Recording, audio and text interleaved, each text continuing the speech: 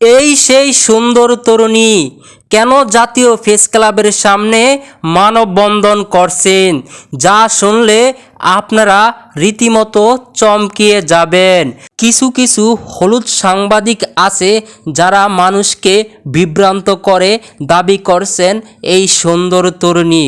প্রিয় দর্শক, আজকে ওনার সাথে এমন একটা ঘটনা ঘটেছে যা শুনলে আপনারা হয়তো অবাক হয়ে যাবেন। এই সুন্দরী একটা কোম্পানিতে জব করত। ওই কোম্পানির নামে উল্টা নিউজ করে বিভ্রান্ত করে দাবি করছেন এই সুন্দর তরুণী। দর্শক শ্রোতা, ওনাদের কোম্পানির নামে কি এমন ঘটনা ঘটেছে যা শুনলে আপনারা চমকিয়ে যাবেন। তাহলে দর্শক, আজকে যে যেখান থেকে এই ভিডিওটা দেখছেন কন্টিনিউ করলে বুঝতে পারবেন, আর ভিডিওটা শেয়ার করে দিবেন।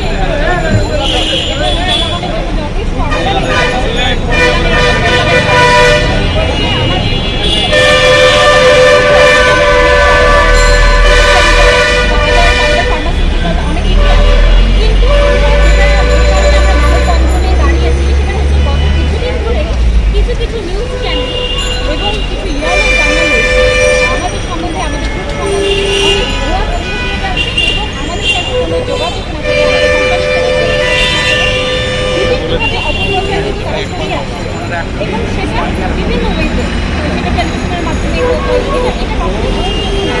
কারণ আমরা সাংবাদিকতা পেশাটাকে খুবই সম্মানজনকভাবে বন্ধু বান্ধব আমাদের যারা আছে তাদের এবং টেলিভিশনে যখন সাধারণ মানুষকে যখন দেখে আমাদের আস্থা বা ভরসা বা আমাদের ওই চ্যানেলের উপরে ডিপেন্ড করে যে যেটা নিউজ হচ্ছে সেটাই আমরা জনগণরা সর্বপ্রথম বিশ্বাস করি।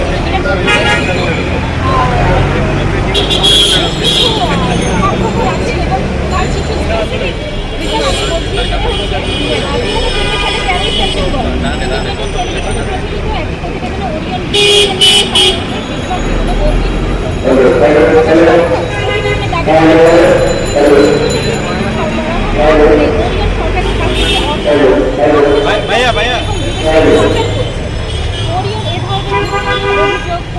প্রত্যাখ্যান করছে।